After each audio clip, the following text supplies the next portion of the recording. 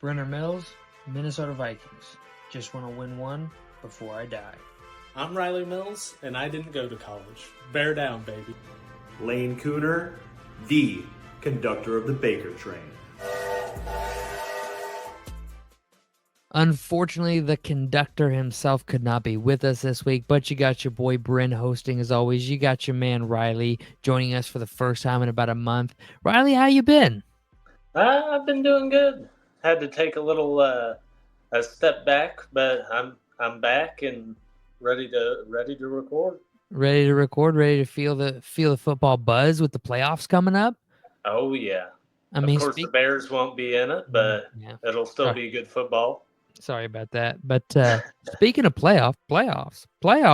Speaking of the playoffs, we got a team. We got a team making a little playoff push here with the Cincinnati Bengals. I mean, they have just they've been really on fire the past few weeks. They've won 3 straight. They've put up 27 or more points in 6 of their last 7 games. I mean, they have been rolling hard. They have been pushing everything, but we're going to get more into that on the actual podcast episode on Wednesday.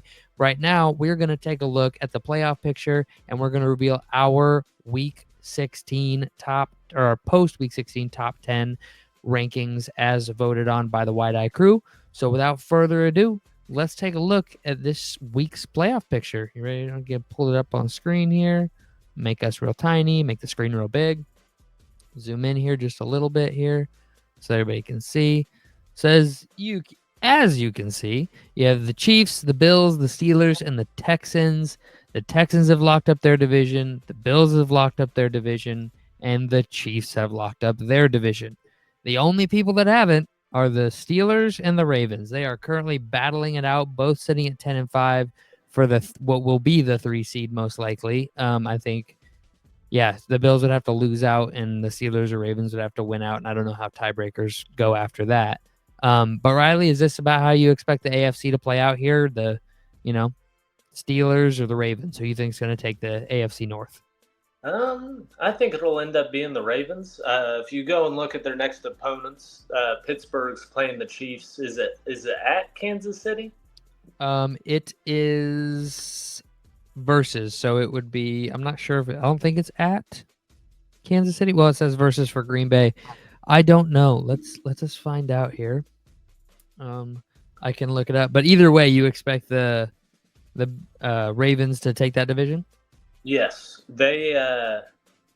Who do we say they played? The Texans. Yes, they play at the Texans tomorrow, and then. And if I was a betting man, I would take the Ravens over the Texans more than I would Pittsburgh over Kansas City. And both of those, I'm pretty sure. So it says Chiefs versus Pittsburgh. So I think Chiefs are playing in Pittsburgh. It doesn't change it a whole lot for me. I still expect the Chiefs to win that game, especially as bad as Pittsburgh looked last week against the Eagles. Or not against the Eagles. Who'd they play last week? The Ravens, wasn't it? Yeah, the Ravens. Sorry. Thank you. They played the Eagles the week before last and didn't look too good. So they're coming off 2 straight losses. I mean, it's hard to imagine this Steelers team losing 3 straight with as good as their defense is, but I mean, playing Kansas City, Kansas City's rolling. Kansas City has lost to the Bills, which are the only other playoff team they've played. So, or I guess they played the Ravens and they beat them, so that's not true, but I don't know. I expect Kansas City to beat the Steelers. You agree with that? Oh, yeah. Okay. As long as we're on the same page there, that's all that really matters. Moving over to the NFC, locked up playoff spots guaranteed. The Lions have not locked up the NFC North yet, and they won't. But they have locked up a playoff spot. The Eagles have not locked up the NFC East yet, and they probably will. Technically, the Commanders win out and the Eagles lose out. The Commanders could win the division, which is crazy to think about. That the Commanders and Jaden Daniels are pushing the Eagles to the last couple weeks for the division. That's crazy to me. And then the Vikings and the Packers have also locked up playoff spots. The Packers just did this week. Vikings did last week. And so let's take a look at teams in the hunt and on the bubble here. We'll look at in the hunt first. So you have the Chargers in the 6th seed and the Broncos currently in the 7th seed. 3 teams from the AFC West currently looking to make the playoffs. In the NFC side of the bracket, we have the Rams, the Falcons, the Commanders. Like I said, the Commanders still looking to potentially make a serious push for the division. The Falcons control their own destiny. They've started Penix now, which he didn't look great in their win, but he definitely didn't look terrible. At least I don't think so, anyways. He didn't look great. He had the one interception, but it was a tipped pass. Riley, I don't know if you got to watch that game. If you saw that, it was a Kyle Pitts catch, and he like almost tossed it to a defender. I did see that clip just because it was so bad. It was one of those where it crossed my feed just because it was such a bad play. Yeah, and then the Rams, maybe the most dangerous non-10-win team in the NFL right now. Nobody wants to see them round one of the playoffs. I promise you that. So most likely it'll be the Vikings. On the bubble, we have the Bucks and the Seahawks. Seahawks need a lot of help. Bucks need to win out and need the Falcons to lose. Well, the Seahawks will get help traveling to Chicago next week. Well, man, we got that as the Thursday game. Man, we have Wednesday, Thursday, Friday, Saturday, Sunday football. How crazy is that? Oh, it's every football fan's dream. The only day we don't have NFL football is Friday, and we have college football games. So, I mean, bowl games. So this is fantastic. So, like I talked about earlier in the show, the Bengals have a real chance to make a playoff push here. They need some help from some other teams still, but they have a chance.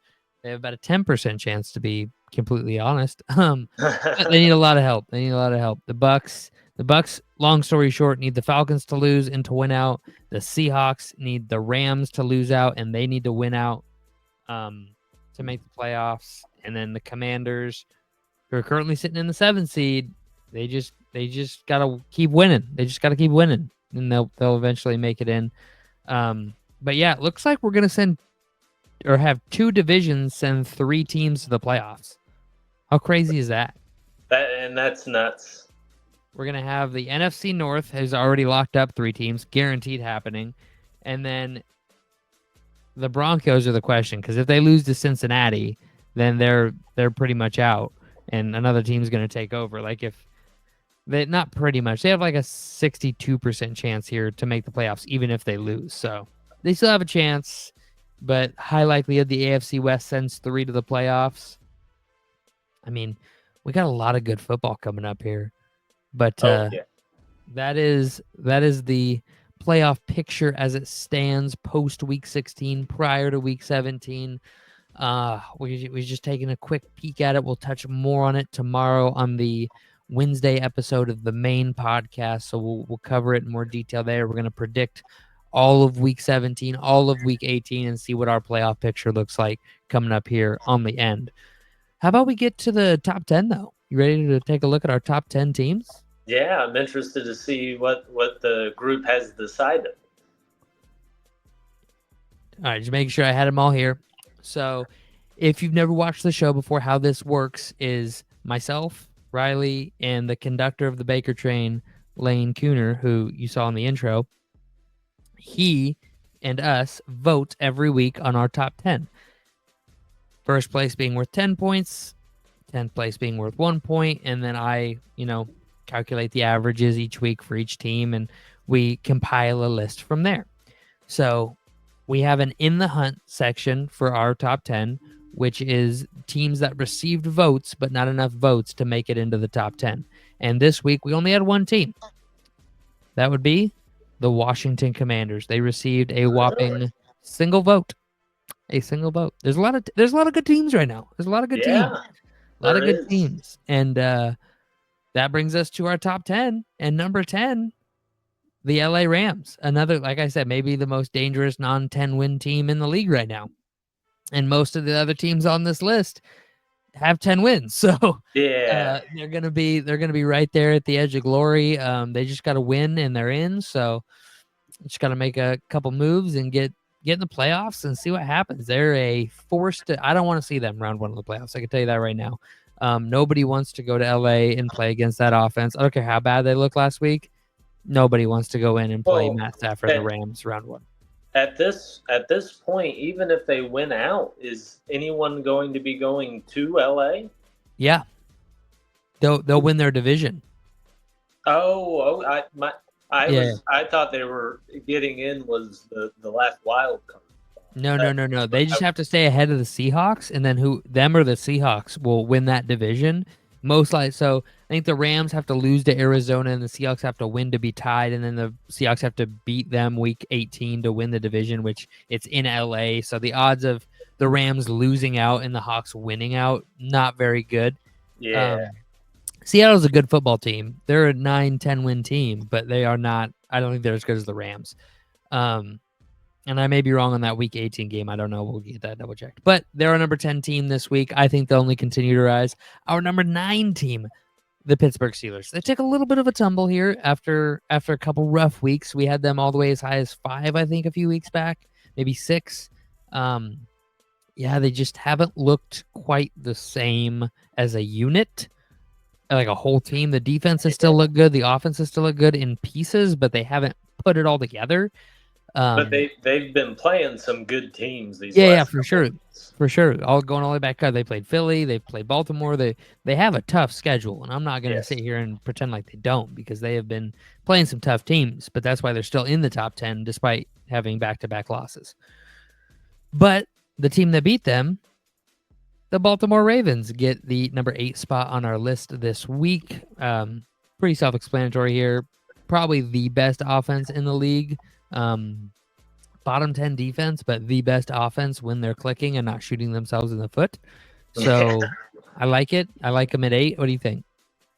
No, I agree. I mean, if this was an offensive ranking, they'd be at number 1. But yeah, we've seen that defense let them down enough in this season that it's hard to put them any higher above some of these teams above them. Yeah, I can't bring myself to do that. Pardon me. I can't bring myself to put them any higher. It's really hard to watch them because they almost. I mean, going all the way back to week 1, they almost beat Kansas City. Yeah. Like they were literally Isaiah Likely's big toe away from beating the Kansas City Chiefs. They're currently 3rd in points per game and 19th in points allowed. And let me pull it up here. The last few weeks they've been playing really good. Now they've played some meh teams, not including Pittsburgh. They held Pittsburgh to 17, held the Giants to 14. So the defense has looked okay the past couple weeks. If they can play this way, I mean, they've put up, 70 points in the past 2 weeks and given up just a little over 30. So 2-1 outscoring, and that's against the Giants, but it's also against the Steelers. Now, it is a divisional game, so it's a little weird sometimes and not the best judge. And there was a lot of buildup going into that game as far as Lamar's record against the Steelers. Did you know Lamar had never played the Steelers at home before last week? Really? He had never played a home game against the Steelers in his entire career. He'd either been hurt or they'd always clinched the playoffs and the division before they had to play him in the final week because it's a divisional game. So it would line up as the final game, and he'd be sitting. That's an insane stat. Yeah, he sat 2 games. He was injured 2 games. Or maybe he was injured 3 games, and he sat 3 games. I don't remember. But he had never played against them in Baltimore. It was crazy. Yeah. But so he's 1-0 against the Steelers in Baltimore in his career. But on to our number 7 team on the list, the Green Bay Packers. The Packers are a really good team. They're flying pretty high right now. Especially after that performance against the Saints. Yeah, putting man. Up 30 and pitching a shutout. Yeah, I find it really hard to believe in any way, shape, or form that there is a way the Packers make a playoff run, right? And Jordan Love's going to have to play really well, and he can't revert to. We've seen it now 2 years in a row. Beginning of the season, Jordan Love. End of the season, Jordan Love. Toyota-thon Jordan Love. Non-Toyota-thon Jordan Love. Okay, and I mean, when there's that variance in how you play, I have a hard time trusting. Now, everybody in the media is going to be like, "Oh, he's playing so well right now. They're bona fide Super Bowl contenders," and maybe this is the wrong show to be talking about the Packers, but you got a Vikings and a Bears fan here. But I'm just what swayed me in my own personal list. I had them at 5, and that based off their last performance, in my mind, if you are a good team, you have to perform at a high level against lower competition. Yeah, and they So, did. They definitely did. but for example, Buffalo played the Patriots, Hmm. won by 4 points. Yep. That lowers my. And I understand it's in division, but See that? that shouldn't be a close game in my mind. But so the argument I'll make against that is I agree. Like Green Bay, like I didn't even like watch this game because I knew it was going to be just an absolute stomping. Right? They're playing Yes. Spencer Rattler. They don't have Kamara. Yep. Their offense is garbage. Their defense is so banged up. There's literally nobody on their defense left. Like the Saints team they are the Aints, right? They are the Aints right now. Throwback. So I expect the Packers to win this game to the point where I didn't even watch it because I knew the Packers were going to win. And I mean, I would never feel that comfortable in a Viking game just because I'm a paranoid fan. I don't think any Packers fan, didn't watch the game because they were so confident it was a win by any means. But I do feel like that's the rest of the teams on this list. If they were playing the Saints or a team like that, you would expect them to trounce or win. And I don't put as much stock into having a bad game or two where you let a bad team claw back in or get a trap game or those things happen. I don't put as much stock into that personally. Like I think the Rams are a way better team than the Jets, but for the majority of that game, the Jets were ahead. And I don't discredit the Rams. They still won. I don't care how you win. It's that you won. And unless you're getting bullshit wins, which is like a referee mistake or something like that. As long as it's a fair game and you're winning by 7 points, you're winning by 6 points, you're winning by 10 points, a touchdown, a score, something like that, I'm okay with it. Now, if there's a late PI call and your team gets a skate by on that, that's a different story. But as long as you're having sound wins, I'm okay with it. It didn't have to be by 14, 20, 25 points, as long as it's a win and not just a cheap skate through. So, but next up on our list, the Philadelphia Eagles. They take a bit of a tumble here. I mean, Jalen Hurts get hurt. That's worth something, right? Have we heard the ruling? Concussion. He's in concussion protocol. You saw him stand up and he was like kind of wobbly. So I knew from the second it was a concussion. From the second he stood up, it was a concussion. Couldn't talk. I apologize. So doesn't surprise me at all. He'll be back in time for playoffs. Totally fine. They say goodbye to their chances at the 1 seed essentially. Yeah. And so I think we could potentially see Saquon sitting week 18. We could see other things happening, such as that. So who knows? My only problem with Philadelphia is all the locker room drama and the stuff going on the sidelines. I think this stuff does catch up to you. Maybe not so much when you're playing bad teams, but when you're playing Kansas City and these upper echelon teams, I think it just lowers my belief in them. Yeah. You kind of cut out there, but I think what you said was it just lowers your belief in that team and their ability to win later on and deep into the postseason, I assume? Yes. Okay. They are 8th in points and 5th in points allowed. They're the second highest rated defense in the playoffs right now, number 1 being my Minnesota Vikings. And speaking of number 4, the Minnesota Vikings. I am really high on the Vikings. Obviously, I'm a Viking fan. But as a Viking fan, and I think Riley can attest to this being a Bears fan, I never get too high on my team. I never usually get too high. Hold on. And start thinking that we have games in the bag. Like I never like. Yes, that is true. I'm never gonna sit here and be like, oh, dude, the Vikings are winning this week by 50. Like that's definitely happened. Like I will not say that because any given Sunday is a thing for a reason, and I take no win for granted. And the game in Seattle this past week, I was at. It was crazy. The Seahawks made crazy plays in that game. There were some very questionable penalties. Like apparently you can't gritty at somebody anymore. That's a flag. If you look in the direction of somebody while you're grittying, so and whatever. I will attest. I mean, I thought the Vikings were going to win, but you were the first one to say we've had bad luck against the team. Oh, dude. I mean, I was watching that game. I saw that final touchdown that the Seahawks had by that tight end. And I mean, he literally had it like gripped with 3 fingers, pinned to his helmet, bounced off the ground, and it didn't move somehow. And I was like, that is the most our luck thing ever. Any other time that ball comes out, we're gonna lose. And then Sam Darnold did what he's done all season. When we need him most, he just puts his big boy pants on and marches down the field and scores.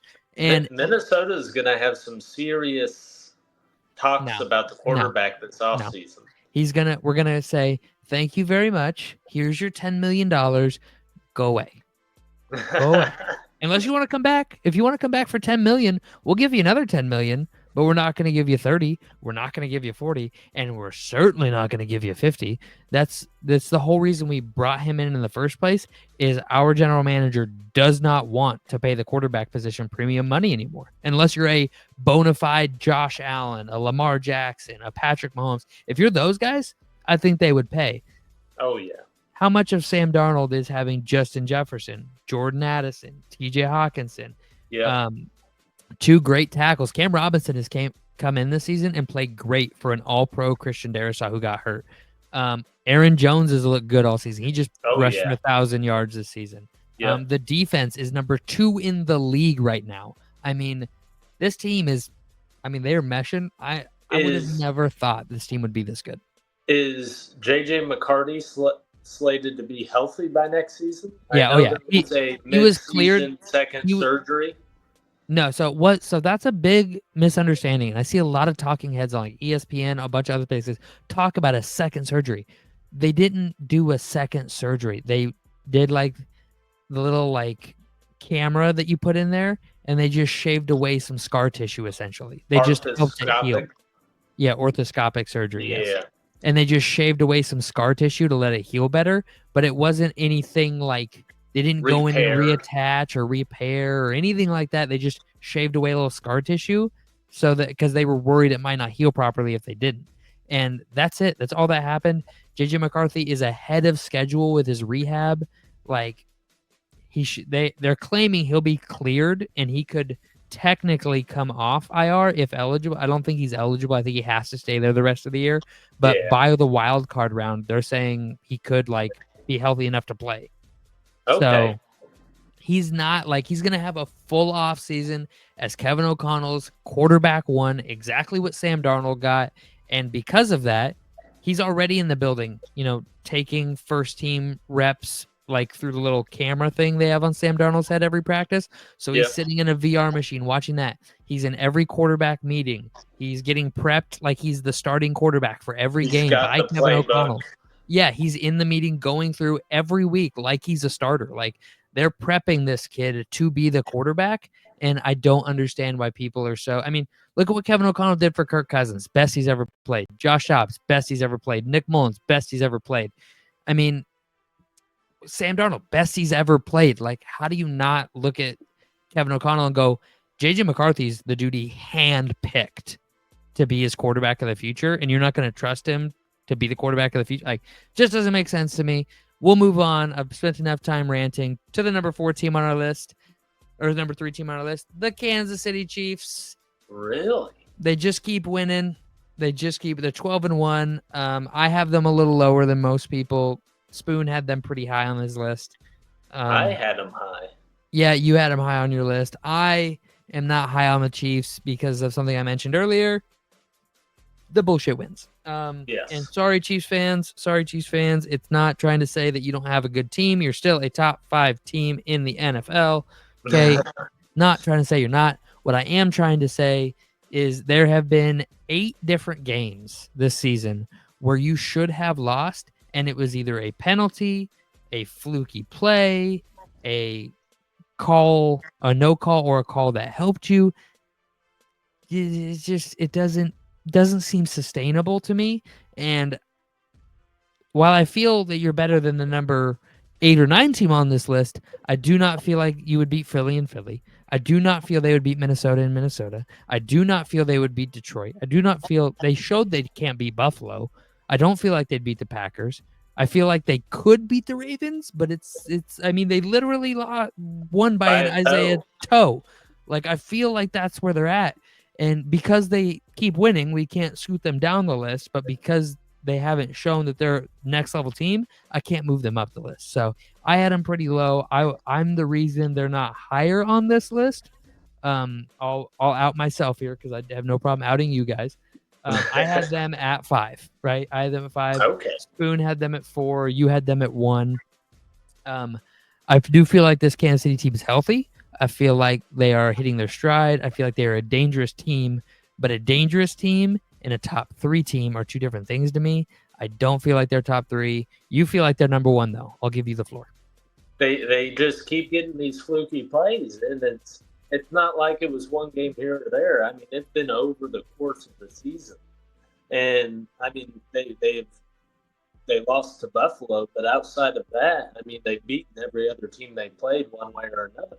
Yeah, no, I agree. And it doesn't look pretty. I agree with you. If we were doing these lists based off looks, I would have them at 5. But Well, that's how I do it. I do my power rankings based on when I watch the game tape. How does the team look? How do they? And that's why I haven't had Minnesota higher, personally, because like when I watch the tape, and maybe it's just me being an angsty fan, but I don't look at the team and go, "Oh my God, these guys are unstoppable." When I watch Buffalo, I go, "Oh my God, these guys are unstoppable." But but wins matter, right? Like wins matter, and so that's why Kansas City isn't lower for me. But the eye test is why they're not higher for me. yes. So I'm okay with it. We're gonna move on to number 2 here. Getting a little long in the tooth on the recording. So the Detroit Lions, man, this team doesn't scare me anymore. I'm gonna fucking. There's wood right here. You can see it right here. I'm knocking on wood right there. This defense is banged up. Their defensive efficiency, I'll pull it up here while I talk, has been very, very, very poor over the past 4 weeks. It's just that their offense is nigh unstoppable, and they look great against the Bears last week, but the Vikings look great against the Bears the week before. No Who offense, doesn't Riley. look great against the Bears at this point? Exactly. I mean, we beat the Bears by more points than the Lions beat the Bears. I'm not saying that makes us a better team. I'm just saying like anybody can put up a bunch of points on the Bears. That's So I do want to get your thoughts on this, right? yeah, hit me. So you have seen that fake trip Yeah. fumble Ruski for a touchdown? Yeah. So why would you waste that look against the Bears? He has said his bag is he has said his bag is deep. He says he has Ben Johnson has said he has no worries about showing trick plays because the bag is that deep, and it may be that deep. I don't care. I would rather them get that out on tape now and not be able to use it later. So I'm good with it. But that just didn't make. I mean, obviously it's in division. He's probably wanting to rub it in. He's wanting to show the Bears like, hey, you know, you should be talking to me. But I just think that you shouldn't be giving away those looks while you're up big against a bad team. I don't disagree with that. I'm not going to get an argument out of me there. What I will say about the Lions is they are trending downwards, unfortunately for them. So over their last 4 games, they've had a defensive expected points. So what that means is that's expected points added by the defense per game. So how many points the defense have contributed towards the end score. So if you get a pick 6, they contributed 6 points, but then they give up a touchdown that's back to even, stuff like that.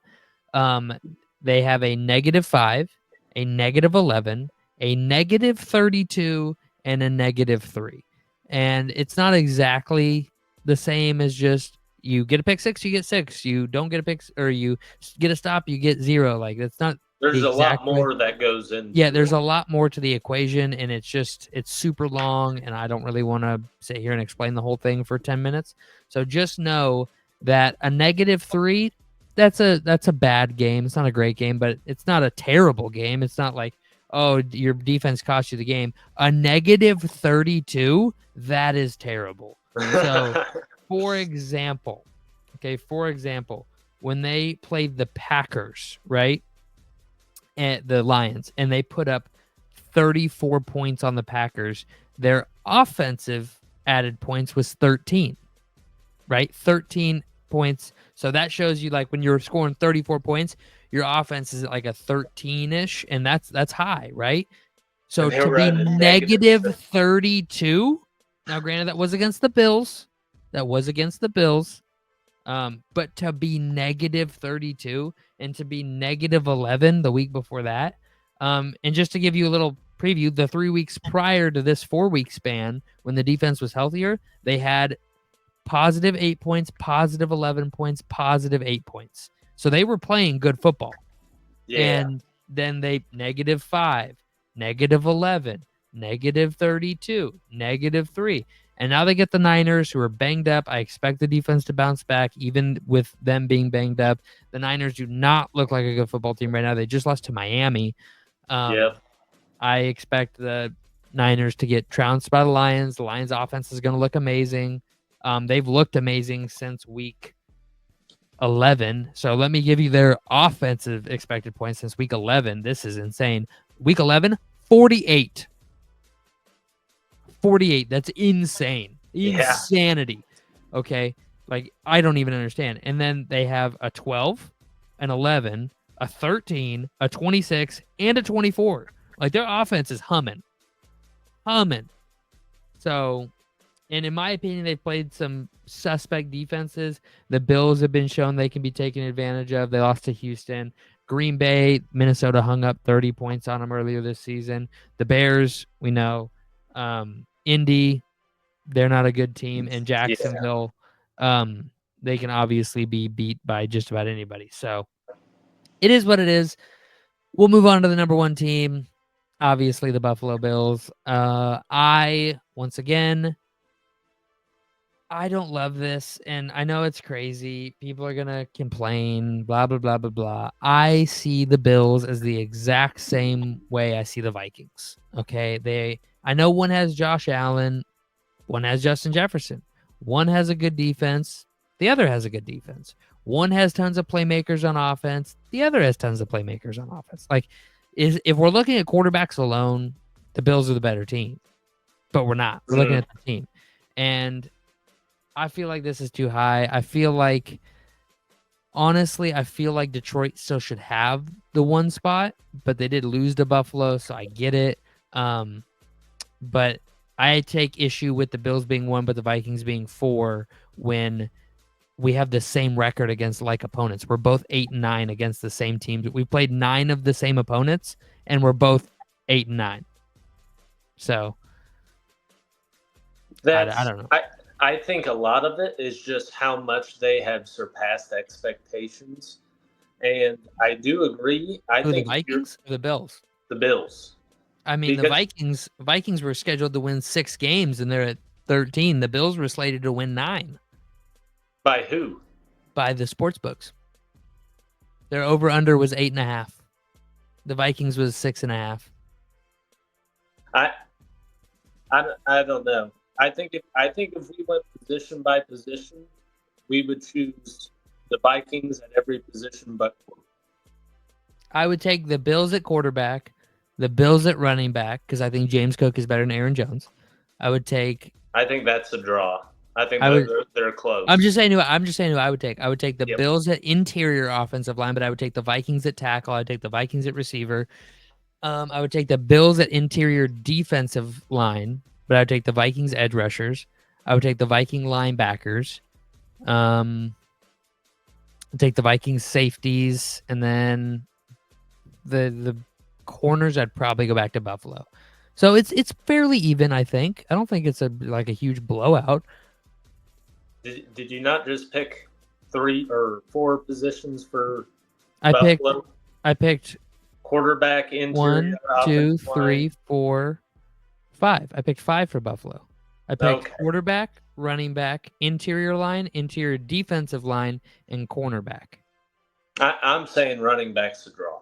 I know. I'm just saying, But- like, how I see the Bills. The Vikings cornerback position isn't exactly our strongest position. So But as on the pod goes, I was more high on the Bills coming into the season than the rest Yeah. of the pod. I did not think they would be this good. I figured they would take their division, but they'd be a yeah. 10-win Josh team. Allen's playing out of this world right now. Yes, and I'm curious to see what that looks like once they're deep in the playoffs. Me too. If And- that lack of talent catches up to them against Well- some of these other AFC teams. We're going to take a look at the playoff picture tomorrow on the main pod, so make sure to check in with us then. Check out that episode that's dropping tomorrow on Christmas Day. We drop every Wednesday. We drop every Tuesday. We drop every Friday, Film Room on Friday. So make sure to check out our episodes. Check out the channel, like and subscribe. We really appreciate you, and we will see you all tomorrow.